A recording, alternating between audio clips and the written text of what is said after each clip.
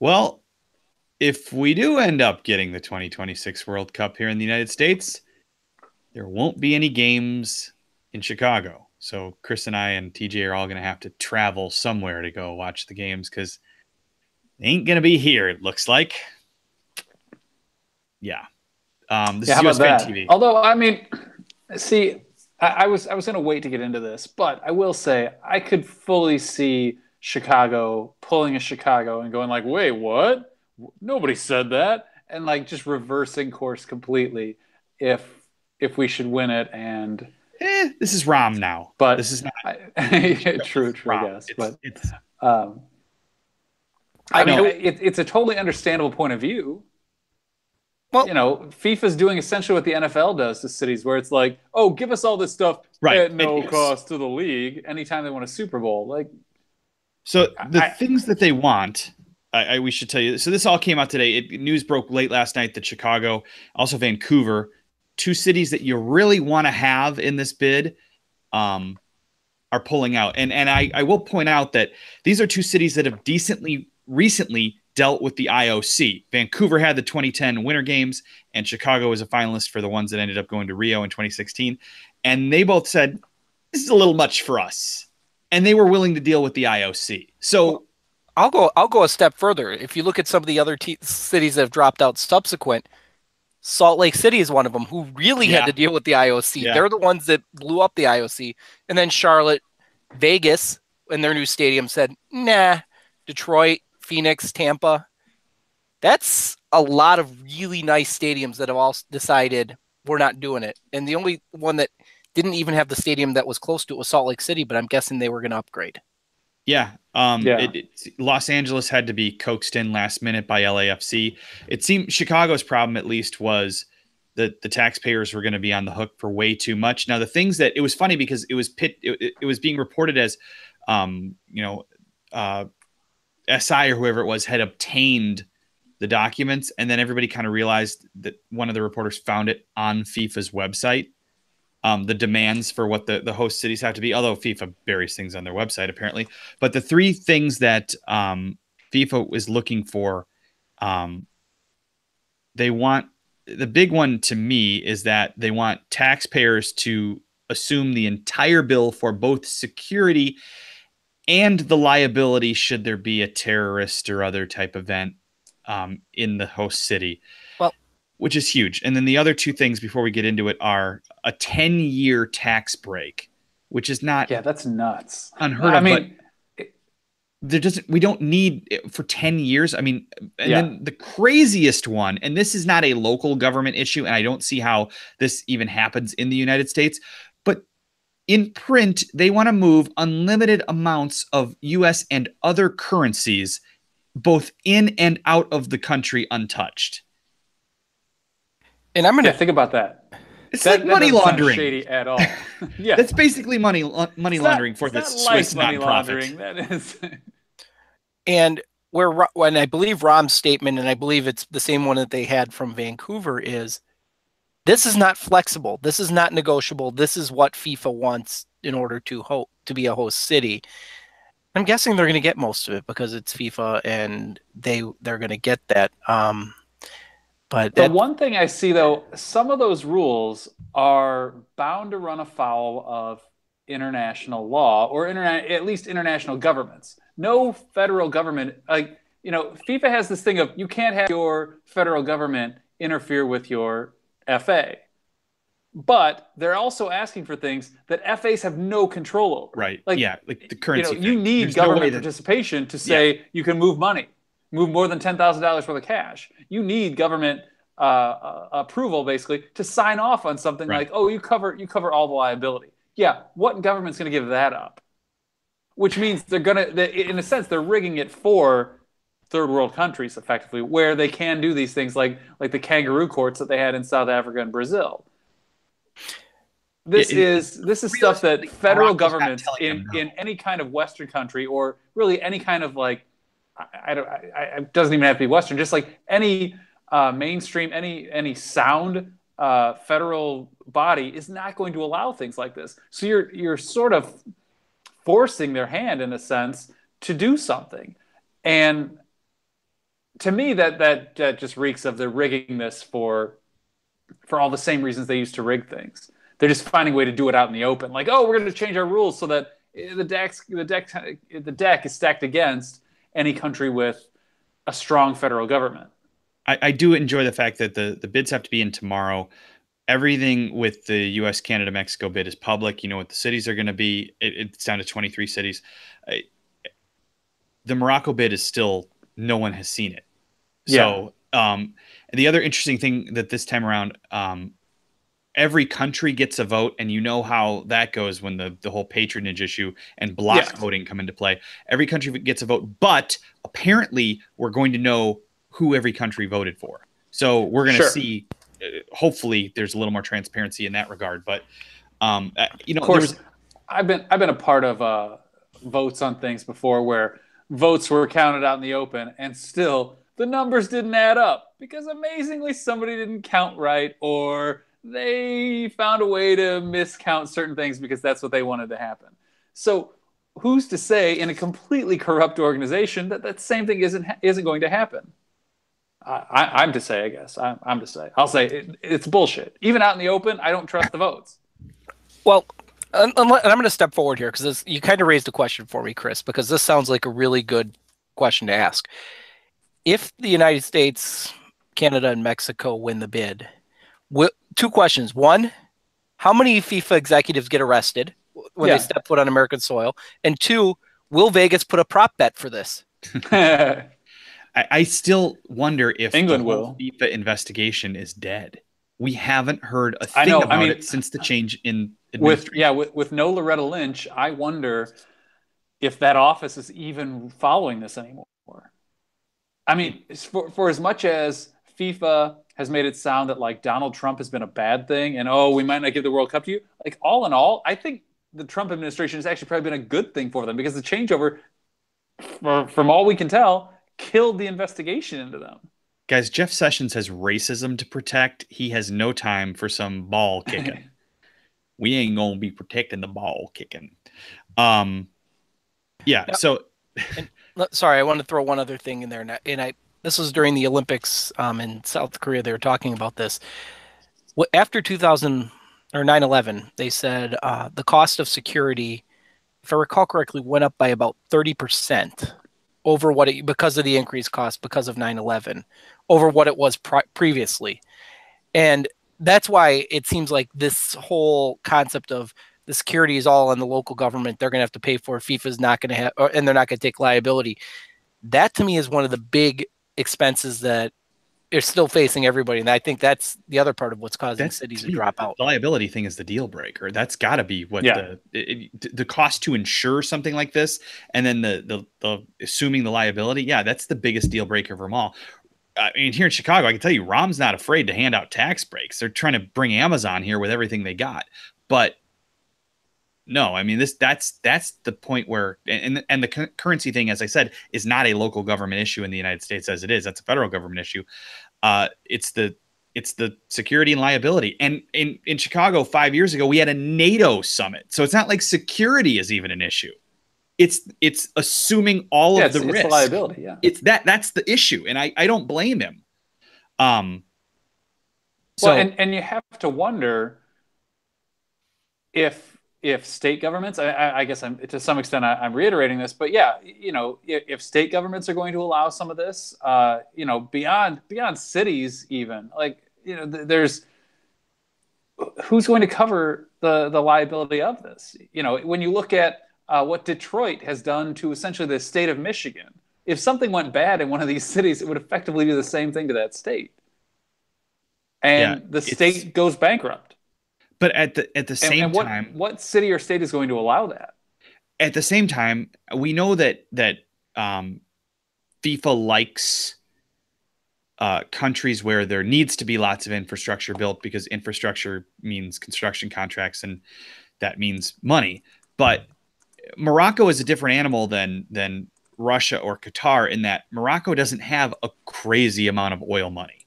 So Morocco is probably considerably less as far as the extreme-o-meter. Its GDP is pretty low. It's not a terribly it's not extreme country, but part of that is because it's a pretty hard line country. Like, it gets glossed over because it's a small country, but realistically, their human rights record is pretty crappy. They do not have a strong record to stand on. They're, in a sense, they're a bit like China. I know where you're going, but they didn't use a chemical weapon in the UK this week, did they? That's true. That's true. They also don't have slave labor that we know of planning to build their stadiums, but... Now, you know what? If it was a Spain-Morocco joint bid, I think a lot of us would go, yeah, okay, that sounds cool. Give Morocco some of the love. Having recently been to Barcelona, I wouldn't mind going back to Spain, I will say.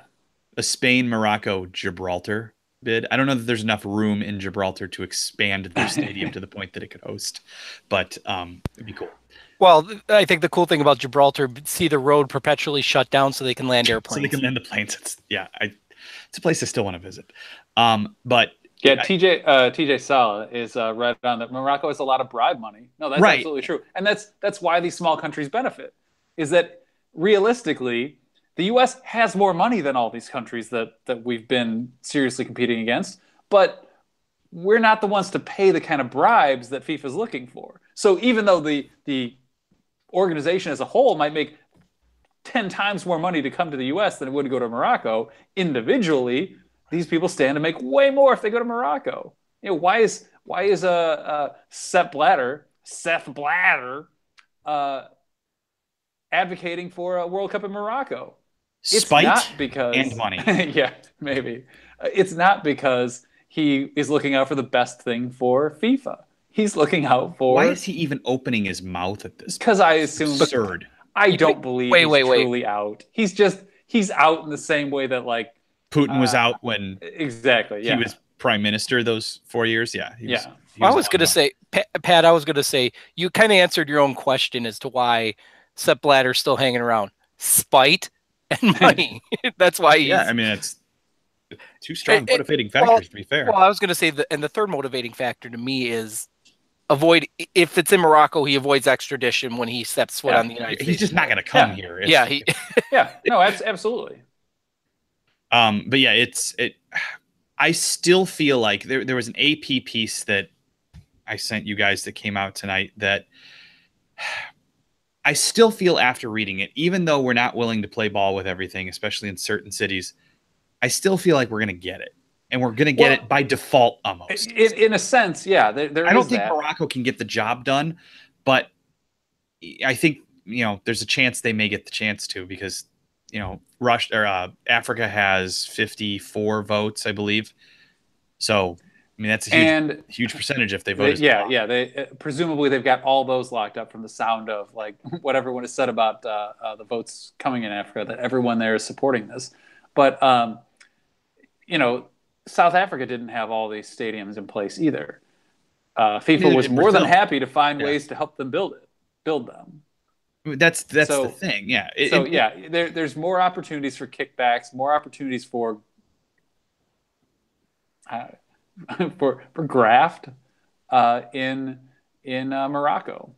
Grant Wall. But having said that, if they can't prove this, there are an awful lot of other countries that aren't just giving it to them blindly or wouldn't just give it to them blindly, who are going to presumably ask serious questions about this. Because how are they going to build all this? How in a country of that size with a GDP smaller than what I looked it up, it's like the size, it has the same GDP as like Puerto Rico or something like that. How are you going to build all these stadiums in a country with that kind of GDP, with that kind of population, with that stadiums too? It's the infrastructure. It's the entire infrastructure. Yeah. It's 2 points I want to make. One, we need to get to this. You've pitched this idea since way before we were doing the show that the like-minded quality FAs need to get together and essentially burn FIFA to the ground. Yeah. Do what the NCAA did to the NIT 50 years ago, which is go, you know what? We can take care of this. We don't need you. And then that becomes the also ran. It's like, enjoy that. We're going to destroy you now. Get England, get Germany, get France, get Japan, get countries that are fairly high on the rank highly at least on the corruption scale, anti-corruption scale, I guess you'd say then. Wait. You said France and anti-corruption? Really? Was Italy next? Was it? Were you throwing Italy in there too? I won't go to Italy. I won't go to Spain there. But you got to have some teams so you can still have an impressive tournament. Like you probably end up bringing Brazil, even though we know Brazil's totally corrupt. So I think you basically start looking at most of Northern Europe. There are a few countries elsewhere. You could look at Japan, Korea. South Korea, of course, not North. You could probably get Nigeria in, but you start looking at a lot of other countries where corruption exists. Whatever. This has been an idea that I've somewhat jokingly said for years. I think I got big on it after the votes for Russia and Qatar. I was like, this is bullshit. Realistically, the top 5 or so fair FAs should just band together. We have most of the money anyway. And go, you know what? Screw it. We're going to start our own tournament. And the other thing, Grant Wall suggested that we should just hold the World Cup in Germany every 4 years, which I don't think he meant that. And I retweeted that, which Sandra, our friend in Germany, was saying, why that's not fair to other countries. We had our turn.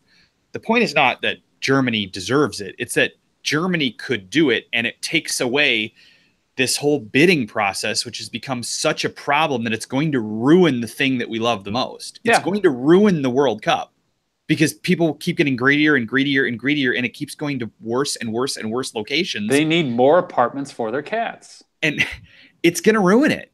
So if I would rather see it be played in Germany or the UK or France or somewhere, lock it down for a while and not go through this whole process, then you have to deal with this. And especially if it's not just the corruption on the front end. Look at Brazil on the back end.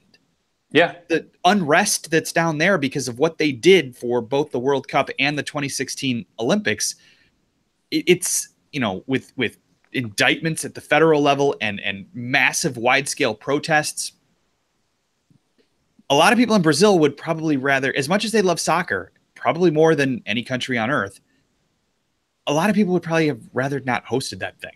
So let me go a step further with that, Pat, in the sense of you're talking about Brazil. They built the stadiums to meet the World Cup standards in places that didn't need those stadiums. Manaus has luxury boxes. Any of those you can't drive there. You have to fly there or take a boat on the Amazon River. Yeah. Sail for 40 days on the Amazon River. The highest team in Manaus is 3rd division. You would know this. No one else would know the answer to and that. You probably have nowhere close. But they don't have teams that necessitate stadiums of the size they have. Any of those. Yeah. None of them. Well, the whole city of Manaus, I think, if they all attended the game, could barely fill that stadium or something like that. I mean, I remember the statistics. I don't remember them exactly, but I do remember people mocking this, saying this stadium will be a waste. The team can't fill it. And then you look at, the stadium, everything in Rio subsequent to the Olympics. No, and now my question for both of you though is: have we reached a tipping point? And I mean that when you look and that we're reaching a tipping point, and then you start with the IOC, and you look at the Summer Olympics. Why is it in Paris and then Los Angeles after the next couple? Because nobody else wants it. Look at how many with the Winter Olympics are dropping out of bids because they can't afford it. They don't want it. Is FIFA getting close to that tipping point where you're going to get countries saying, screw it, we can't afford to do it? And that's going to more limit it to places that can support it. The United Kingdom, Germany, the United States, Korea, Japan. Russia probably could afford to host it again. France, Italy, where you have the infrastructure in place for a lot of these things already. It's yet to be seen, but the fact that we only have 2 bidders this time around. And I know there only certain continents can bid at certain times, and North America just decided to do it all together as one. But with only 2 bidders, you usually see a lot more than that. The other thing that happened this week is before any of this came out was the political stuff that's going on with Russia and the United Kingdom, and whether England is going to pull out of the 2018 World Cup in this summer because of FIFA's decision making to put it in a place that shouldn't have had it in the first place. Decision making. Further, you're taking, I don't want to call them a contender, but they might be if Harry Kane's healthy, potentially removing them because of FIFA's decision making. It's ridiculous. They are ruining this thing. And on top of that, the 48 team thing, which, creates the 3-team groups, which further ruins things. It's so frustrating. I would have thought the tipping point was probably when Russia and Qatar got a World Cup. It wasn't. Yeah. So I don't actually believe this is either. I don't know where this is going to end up. I don't know if there will be a tipping point. Well, this is where I start to get into. If I'm going to say there's a conspiracy or something here, this is where I start to get into. I think all the FAs in the world are so corrupt themselves that they're a little bit afraid, even as FIFA gets busted, that it's going to impact us too. So we better keep our noses clean now. We better shut down. We better stick our heads in the sand and pretend we didn't see anything. I don't know. I mean, look, if we could screw up everything as a country, including probably the easiest shot at making a World Cup, and do nothing really to change our entire organization afterward, do I believe this is a tipping point for USSF? Nope. Maybe if England gets somehow screwed again, if they're, I don't know, if Qatar does somehow lose this World Cup and it's supposed to go to England and they somehow get screwed, maybe the English FA would consider this a tipping point. But I don't know. They've been taking it so hard for so long, and they're not doing anything. They at least have more members of parliament questioning things, asking for investigations. But has anything occurred? Has anything happened? Has anything changed? Not really. Well, I guess my first thought is, at least the United States is, if England decides to withdraw from Russia, at least the United States and Italy are showing solidarity, and the Netherlands, they're all showing solidarity with England by not showing up. Ahead of the curve. The other question is if England goes, does anybody else follow them? I know France and Germany joined in now. Do they start looking at this? If this is all proven and England pulls out, does somebody else go with them? Again, I know we're getting into politics, which we really shouldn't do. But the political part of me says that would be amazing, and the soccer fan part of me would cry because it would ruin the World Cup, which, despite the fact that we're not in it, I'm still very much looking forward to. So it does seem that maybe it's the romanticism of the days when the U.S. and the Soviet Union didn't attend Olympics held in either in the other one's country or in a country ruled by the other one or anything. When there was some kind of stance taken, I don't know. There is something to be said for that. The nationalistic fervor that is perhaps not great, maybe if you want to consider politics in our country right now or something, but in terms of international sporting competitions, nationalism is kind of awesome. It's fun. It's what makes it so exciting. I mean, the game itself is fun, but part of the enjoyment is the atmosphere of It's why I love games against Mexico. There's a little bit of an edge there. There's a reason we don't like each other, and it doesn't just have to be about what we're playing for on the field here. So I don't know. And I've started rambling. Whatever. And realistically, I mean, Putin's not stupid enough to attack the Russian or the English national team or anything like that. That's not the way he operates or what he does. So I don't think that there's a risk there, but it would be sending a statement that we're not putting up with your shit if you're doing this to our people. So, but yeah, well, whatever. I won't get into that. Like the thing I told you the other day about why there's no direct connection between Putin and murders. People do things and then ask for rewards. Look, I did a good thing for you. So, I mean, there it is. It's the bids have to be sewn up by tomorrow. Looks like our only competition is Morocco, the U.S. and Canada, Mexico bid in Morocco. But with these American cities saying no way, and Sunil dropping out, and Sepp saying what he was saying about Morocco a couple of weeks ago, I don't know if it don't look great. I don't know. It's going to be interesting and I fear depressing.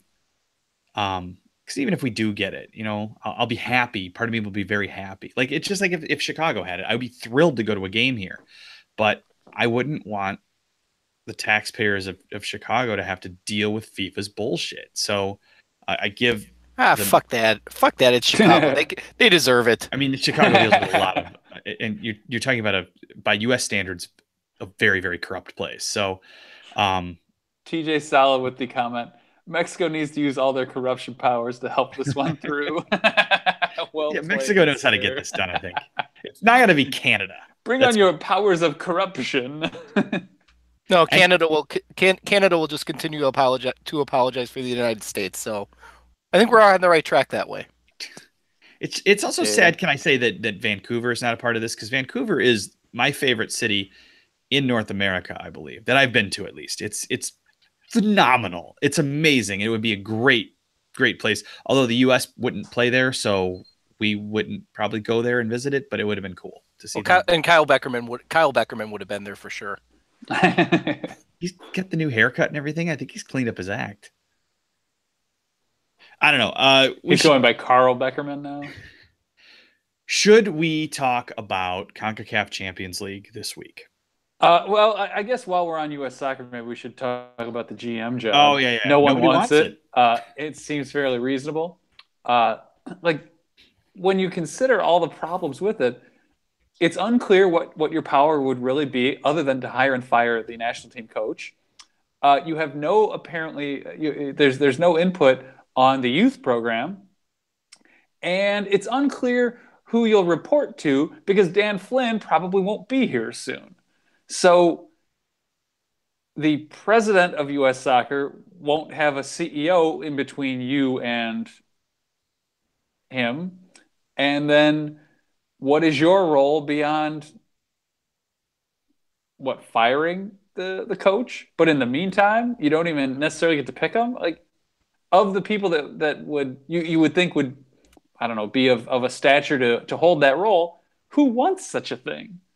Here's this role that is effectively just a figurehead, and you have no power, and you have no control over anything. I think it was an ill-conceived idea to appease fans who wanted change, like they wouldn't notice that it's not what people really wanted, and I think that the fact that nobody wants it is kind of shows what people think of the job, which is it's stupid. It's not necessary. It's not even a technical director, which would have some input over other areas. It's just exactly like you said.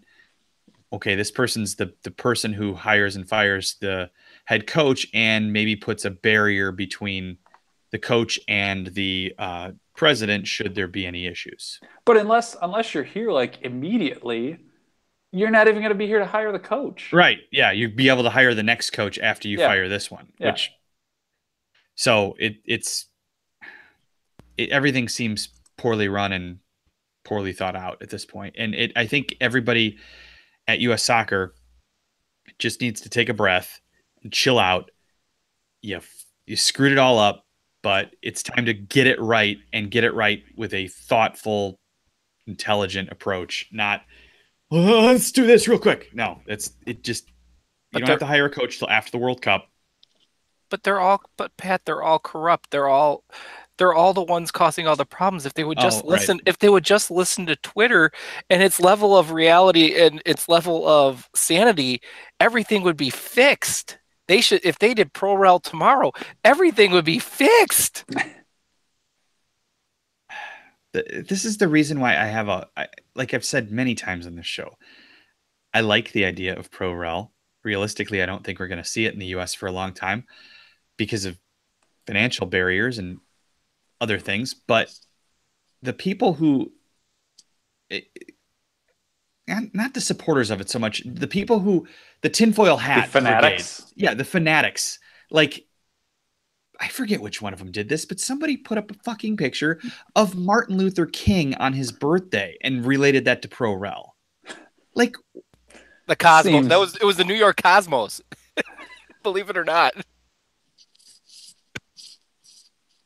It's like when Neymar tweeted the other day, God, in a wheelchair that looked a lot like Stephen Hawking's wheelchair.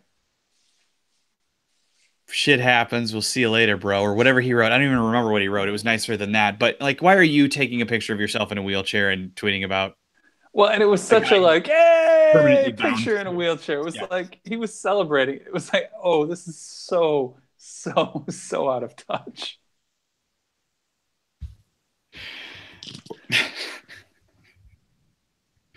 Or the guy today who made the Konnichiwa comment in Washington. That was even, that was insane. Oh God, yeah. It's for our other show on YouTube. Yeah. So nobody wants us to host the World Cup. Nobody wants our GM job. We do have a new friendly to announce. We're playing Bolivia, and that'll be the next game after the next game. So the next one in a couple of weeks against Paraguay, where hopefully we see Tim Weah and some other people. Even though they're not technically capped, it would be nice to see them. And then we have Bolivia and then the European friendlies, and then we sit and watch things after that. So that was announced today.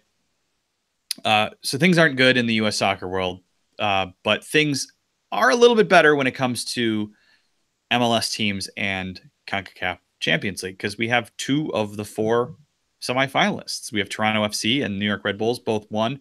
The Sounders laid an egg against Chivas, and Deuce is probably very, very upset about that, like a lot of things.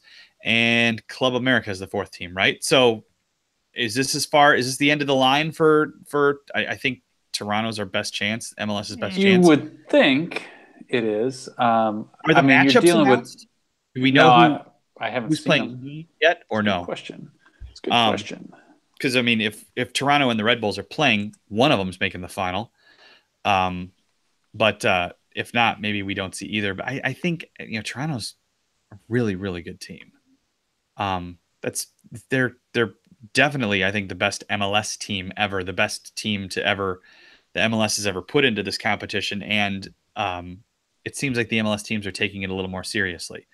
You couldn't tell that by the crowd at the Red Bulls game the other night, but it does seem like wasn't New York like half a step away from a snowstorm? Like, yeah, they were. I mean, it was okay. And yes, the brackets already have been announced. It's bracketed. It's Red Bulls and Chivas and Club America and Toronto FC. Leg 1, 2 big ones in the leg 1 will be Toronto hosts leg 1, Chivas hosts leg 1, and then obviously the opposite. Pat, I got to tell you, I feel like you're selling Red Bull short, though. They seem to have it together. They are clicking. And it's early season, and they are clicking. When they substituted 9 guys and went out and jack stomped the holy shit out of Portland on the weekend. They're a solid team. I wouldn't.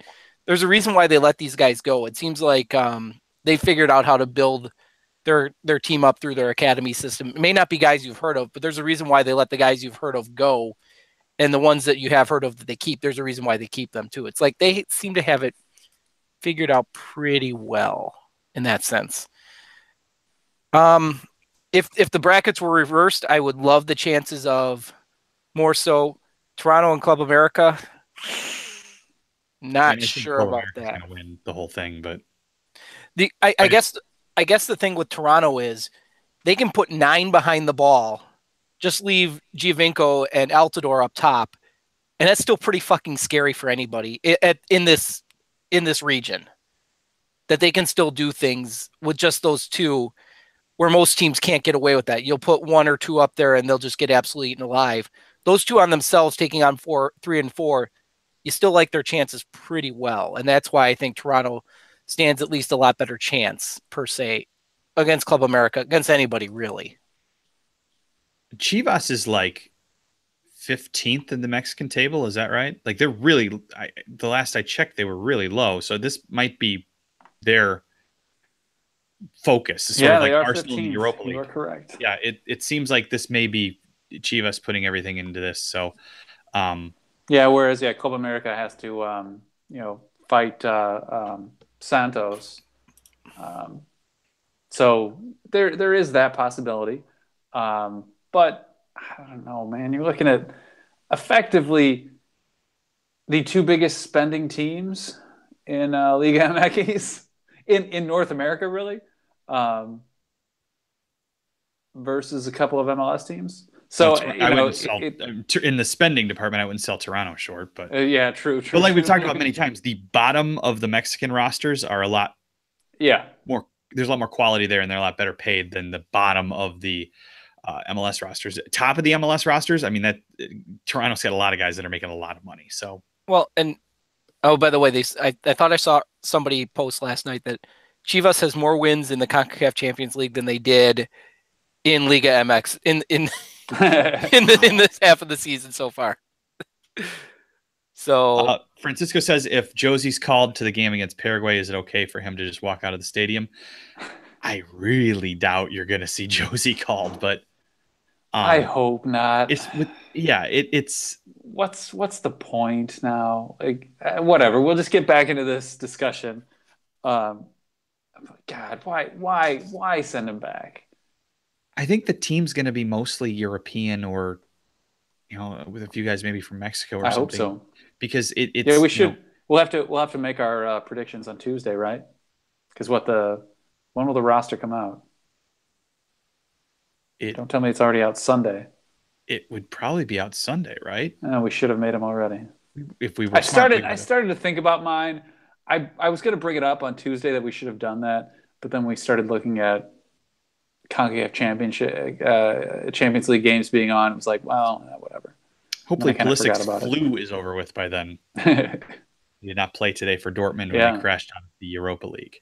I freaked out when I didn't see him on the in the 18 at all, and then people were saying that he's sick. So that's a good reason. Soccer City San Diego. Hector Trujillo wants us to shout out to Soccer City San Diego. Sincerely, McFooty. Who's McFooty? I assume you're McFooty, but I don't know. Is that Twitter? I don't have a dog in the fight. Sure, Hector. I guess San Diego can have an MLS team. It would be cool, I guess, if you guys created some kind of interleague rivalry with like friendlies rivalry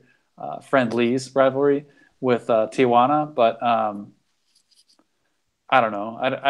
I don't necessarily. I'm not necessarily pulling for another team in California. TJ says Dortmund needs to have a coach, or I'm getting close to wanting Pulisic to go. I think maybe he does this summer now, but we'll see. So, and we've talked about, I thought Dortmund was the right place for him for a long time. I'm starting to think that maybe, I mean, it's way better than going to Man United or someplace like that, where he's good, unless Jose leaves. I don't want him anywhere near Jose. No, I don't. No, Liverpool. If you're going to England, Liverpool to me would be the place for him, because of Klopp. Yeah. That's. But maybe Tuchel takes over for Wenger, and then I can want him to go to Arsenal. But right now, I don't want him anywhere near my team either. So Dortmund is probably still the best place for him. But I would be less surprised if he left now, considering everything that's going on. Definitely not the season that they hope to have, but they're in third in the Bundesliga, right? I mean, they're 21 points back like that, of Bayern, who can win this weekend. So if everything goes right, Bayern wins this weekend for them. So That's crazy, but could happen. Otherwise, it's probably going to be right after the international break is Der Klassiker. So Bayern would, if they beat Dortmund in Munich, they would win that. They would win the. Somebody was just calling for us to comment on Binary Number wants us to comment on predict Champions League draw tomorrow. I'm not going to predict who's going to get drawn against whom, if that's what you're asking. My guess as to who's going to play in the final, by the way it looks, it's going to be Barcelona and Bayern Munich. And Bayern Munich, yeah. I just hope they're separated. I do not want them to meet this early. I want that final so bad. Like that's the dream final, I think, at this point. It is the dream final, but somehow I have this prediction just because I feel like they just fuck with everybody periodically. Real Madrid's going to make the final just because they fucking can for some reason, and they have nothing else to play for at this point. So that's true. And Ronaldo's going to do nothing, but he's going to win the Ballon d'Or. He's still going to somehow get 5 goals in a game because, like, something related here and related to U.S. soccer. Did anyone see Thomas Rongen's comment on Twitter that he thinks Messi sucks? Yeah. That's further proof that guy needs to go away. This guy needs to get as far away from U.S. soccer as possible. The fact that like, Messi makes his teams worse. Are you kidding me? He has low soccer IQ. Yeah. Is what the guy who failed to get Jonathan Gonzalez and Nevin Subotic, who drove both of them away. Sent them away, basically, yeah. He believes that Messi has low soccer IQ, and that's why he only wins with Barcelona and not Argentina. He made the World Cup final and went to extra time with Argentina last time around. That was and I don't think Argentina played that well in that World Cup period. Like my take before that last World Cup was if Angel Di Maria, because I think that dude is amazing, at least in terms of like the skill he has. If he had like been played well enough to take some of the heat off Messi, because you know what everyone's doing when Messi goes out, they're just trying to stop him. As long as he had taken enough heat off, then like all Messi needs is to be, I don't know, double teamed all the time, only triple teamed once in a while, and the dude will kick your ass. And the rest of the team just didn't come through for him.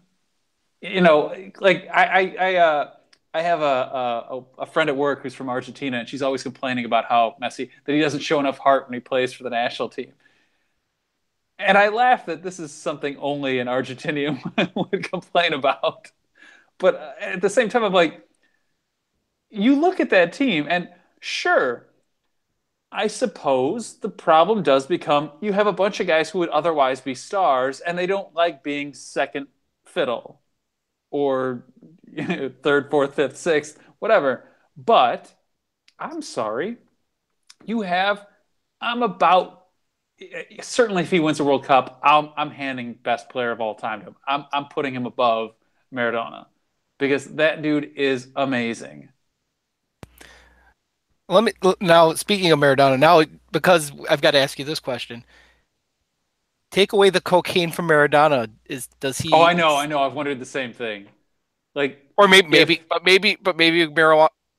Maradona without cocaine sucks. Who knows? Yeah, I mean, I've wondered the same thing. Like, you know, it's hard to compare them in their prime because so much of Maradona's prime was just as a coke addict. Like if he wasn't coked up and getting fat because he was eating too much, if he wasn't lazy and just doing stupid things, would he be even better? Would he basically be like that's part Messi of it, and though. Ronaldo? That's part of the deal. Yeah. The fact that he didn't, it's not like that was a outside factor that came in and affected him. No, he did that to himself. Yeah. So, and I don't even know that he was better than Pele, but I'm willing to say he was better than Pele. So, but true. I mean, I've only seen Messi play live of the three. I've watched Maradona. I watched Maradona play on TV, but yeah, Pele. Technically, I was still alive when I had been born when he was still playing for the Cosmos, but I can't remember any of that. Yeah, Pele versus Messi versus CR7. I think Ronaldo's excellent, but I don't. Ronaldo is the most amazing version of himself that he could be. Like he Tippy is toes. he is what everyone should dream to be, basically. But he wasn't born as good as Messi, and that's what it comes down to me. And that's why I say, like, I know how Ronaldo does the things he does. Like, I understand the physical component to make the ball do the things Ronaldo does. Messi, I don't know how he does it. Like, I watch. I mean, I've discussed this before. I watch him in slow motion sometimes, and I still can't figure it out. Let me throw another comparison at you, Chris, because you're the hockey guy of the three of us. All right. Messi is to Gretzky what Ronaldo is to Mario Lemieux. Ugh. Again, I don't like the second choice. Just in the sense of Mario Lemieux. Right, but in the sense of with Gretzky, you didn't. It was the same thing. Yeah, he did things you didn't understand. Yeah, you couldn't figure out. Mario Lemieux, you knew what he was doing and why he was doing it and how he was doing it. That was more my comparison. Yeah, I in that regard, I think it's fair that he was probably born with like the way I describe Ronaldo, and I think it's probably fair to say the same of Lemieux versus Gretzky is he was born with like 8/10 of the talent. Messi was born with 10/10 or 11/10, as was probably Gretzky. Where it's like they could just do things. Gretzky wasn't the fastest. He wasn't the sharpest. He couldn't he couldn't cut faster. He couldn't puck handle better than the guys. He just somehow got past you. Somehow scored a goal. Like it was like just to look at him, you'd think, oh come on, it's no big deal. And I think that's sort of why like our nice, Chris. Like, he doesn't look like he's like he's trying. But at the same time, he doesn't have to look like he's trying because the things he does are just so much better than what everyone else does that it doesn't matter. And I don't care. Well, I'm in awe of that guy. That dude's a god to me. And I think you're right. I think in the case of both of them, they just have a vision. They see the game 2 or 3 steps ahead of everybody else, and that's why it looks so effortless because they know where it's going to be or where the hole is going to be before anybody else does. So they've already worked that way, and next thing you know, it's already gone. I saw something about Messi. I saw the other day, and I thought was interesting. It was like, he's a lot better this year. Was he beat up a little bit last year? Was it just a long year? Or is this because he struggled a bit last year? This is the fuck you season. And maybe it's that, maybe it is that he felt like he didn't get all of his just rewards, or maybe it's, that people are still questioning whether Ronaldo's which one of them is the better player. And this is sort of, this is becoming like the end of his career. Like we're looking at, this is really the last couple big years of his career. And, now he's realizing I want to live out some of these things. I don't know. But God, I know I said something the other day on Twitter that he's like a ghost because he dangles that ball so close to you. I mean, like 6 inches off your foot as a defender. So you have to go for it. You have no choice but to go for it. And then it's like, boom. And he dips that shoulder or he makes a little cut and suddenly he has 3 or 4 yards of space on you and you're gone. You've completely lost him. As Binary just pointed out, you can't spell Messiah without Messi. I think we've covered it, guys. I got one more thing. It's kind of U.S. soccer related. Go ahead. Did you see the letter today, or I guess the whining might be the better analogy, from the Cosmos and Miami FC saying that they should be allowed in the U.S. Open Cup this year?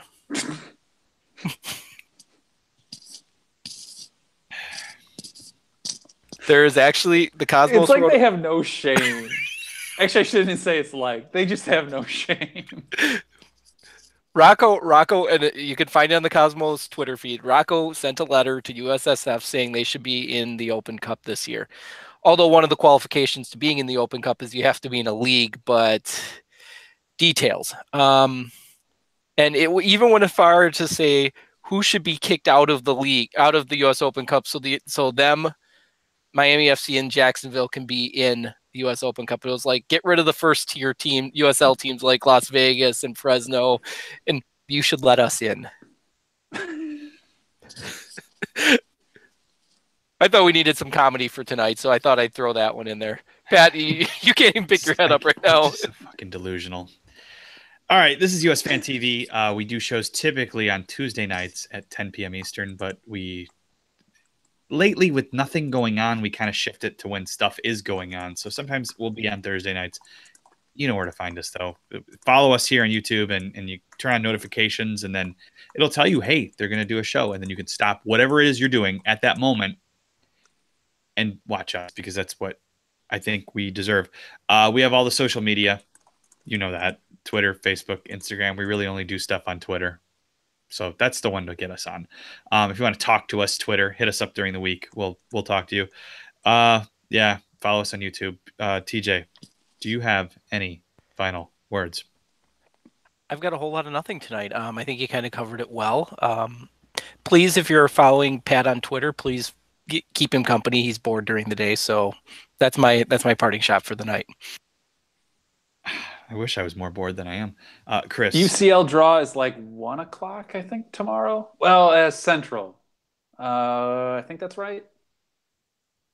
I could totally be wrong. I know I saw something about it today, but I've forgotten. So sorry, binary number. You'll have to look it up. I'm trying to cut it short here because Francisco says his phone's at 3%. He's going to let it die watching. So thank you, Francisco. Keep coming back. And just so we're clear, TJ Sala also does not have any final words. I didn't see. Did he say, TJ, did you say you're done? Yeah, nothing else. I could just ramble on about Messi more, but what's the point? I think everyone knows my feelings about him. And on that note, you're done. We'll see you next time, probably next Tuesday. And we will have a show post-match on the match on the 27th, but I won't be here because I'll be at another game that day. So Chris is on the controls. So really it's 50-50. Yeah, I'm going to work on this in advance to try and make sure we can do it. It's just that I do it so rarely that I forget whatever it is about my computer that won't let me get on. So I commit to doing this in advance. So we'll be there. Binary says 6 a.m. for the Champions League draw tomorrow. Wow, it's really that early? Sounds more like it. They're always it's available. noon European. Maybe it was one like Greenwich Mean. Maybe that's right. Yeah, usually when I wake up, I see the 12. It says 12 CET, whatever that is, and this is off UEFA's website. So, and 1300 Europa League will be an hour later, so it'll be 6 and 7. Excellent. I'm sure Arsenal draws Atletico Madrid. All right. We're out. You're done. Bye, everybody.